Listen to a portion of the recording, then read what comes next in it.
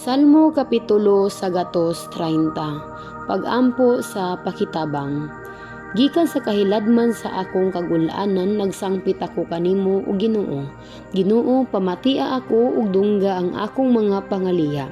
Kung isipon mo ang among mga kalapasan o Ginoo, kinsay dili kasilutan. Apan gipasaylo mo kami aron magtahod gayud kami kanimo.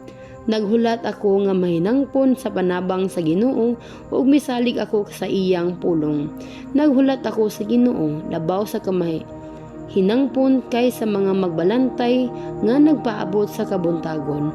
Oo, labaw pagayod kay mahinangpon kay sa mga magbalantay nga nagpaabot sa kabuntagon. Israel, salig sa Ginoo, kay ang iyang gugma walay paglubad ug andam siya kanunay sa pagluwas.